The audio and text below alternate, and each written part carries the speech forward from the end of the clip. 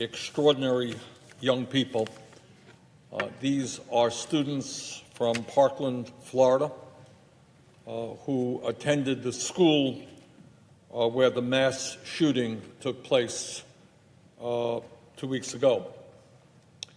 And what was amazingly impressive about these young people is that in the midst of their grief, in the midst of the unbelievably traumatic experience that they went through, seeing their best friends shot in cold blood or wounded, their teachers killed, they resolved not just to mourn and grieve their friends and neighbors, they resolved to stand up and fight back and come to Washington, go to Tallahassee, Florida, go around the country to do everything that they can to make certain that no more children, no more young people are mowed down and slaughtered in schools.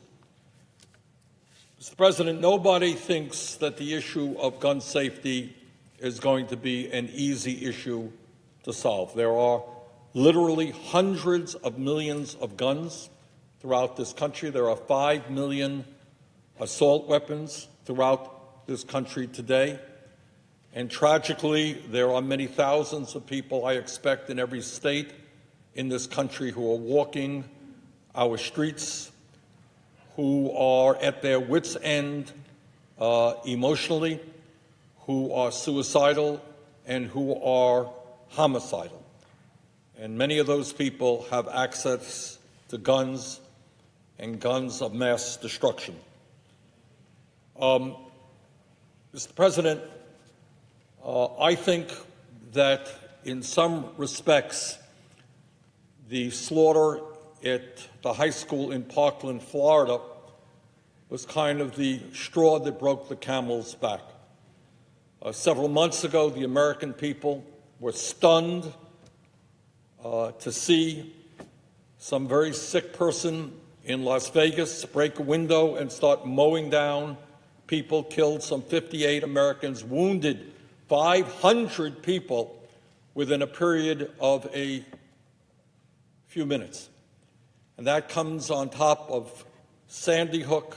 It comes on top of so many gun slaughters that I think what has finally happened, maybe because of the extraordinary efforts of these young people from Parkland, where the American people are saying, enough is enough, that we have a difficult problem, and we may not be able to solve it completely overnight, but we have a moral obligation to do everything that we can to make certain that no more children, no more people in this country are mowed down by some sick person with a weapon. And that is not just me talking, it is not just the young people from the high school in Florida. It is pretty much what the American people want.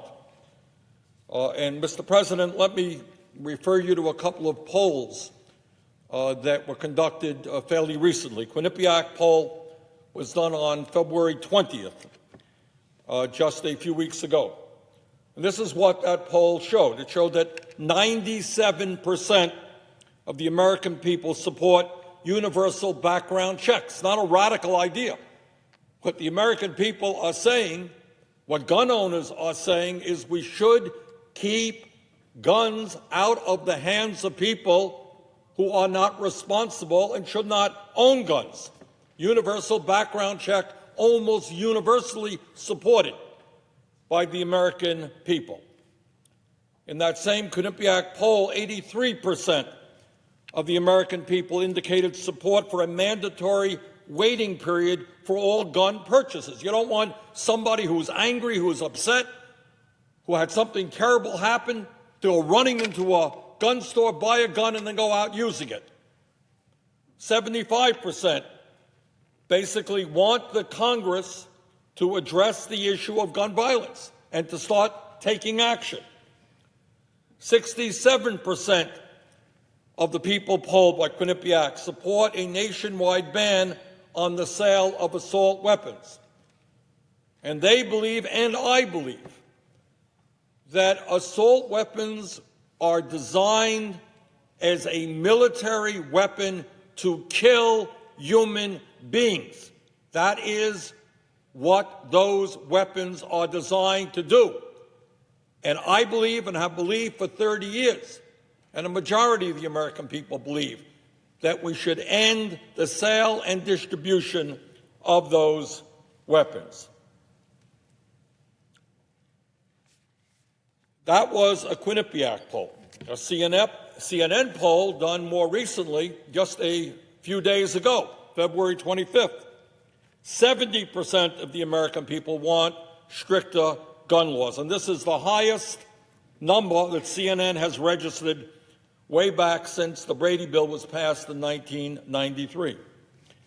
According to CNN, 87% support laws to prevent convicted felons and the mentally ill from owning guns. 71% support banning anyone under 21 from buying a gun. 63% support a ban on the sale and possession of high-capacity magazines.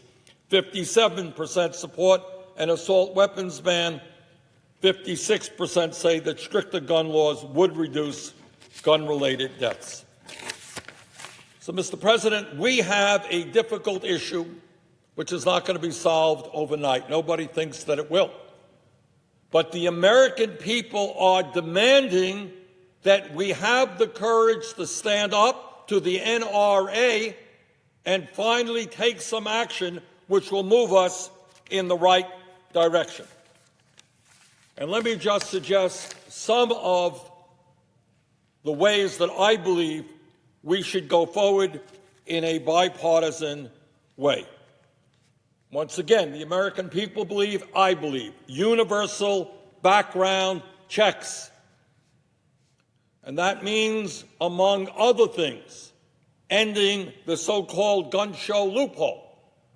Because background checks don't mean anything if somebody can go into a gun show or through the internet and buy weapons without undergoing any background check. Overwhelmingly, the American people say that before somebody is able to purchase a gun, we need to know, is that person a killer? Is that a person who is engaged in domestic violence? Is that somebody who has a history of mental health problems? And if that is the case, that person should not be buying a gun. I think serious gun safety legislation must include addressing the so-called strawman purchases. And this is a provision where people can legally go into a gun shop, buy the weapons that they want, but then they're going to sell those weapons or distribute those weapons to people who should not be owning those weapons and who could not have purchased those weapons on their own. So I've indicated it is my view that we should ban assault weapons in this country, weapons which are designed for no other purpose but to kill human beings. Furthermore, I think it is clear that we are a nation which is facing a mental health crisis. I know that in my office, and I expect that in the offices of other senators, we get calls all of the time from people who say, I'm worried about my husband, I'm worried about my brother.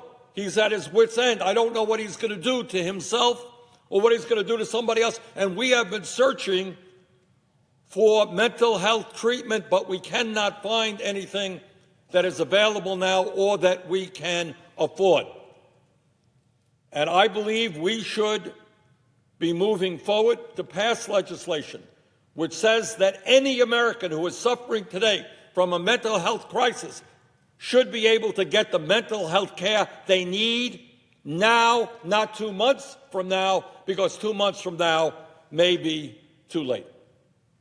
And Mr. President, we also need to address the fact that every year women are being killed by their husbands or their boyfriends, and that if somebody is a stalker, if somebody is convicted of domestic violence, if somebody is under a restraining order, we should be clear that that person should not be owning a gun.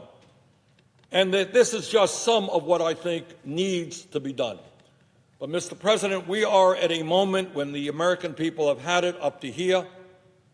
They do not want to turn on their TV tomorrow or next week or next month and see the horrible, horrible, unspeakable things that we have seen in schools throughout this country. So at this particular moment in history, I hope that in a bipartisan way, we can come together, do what the American people want us to do, and that is to pass common sense gun safety legislation that is supported by the overwhelming majority of the American people. Thank you very much, and with that I yield the floor, and note the absence of a quorum. Clerk will call a roll. Mr. Alexander.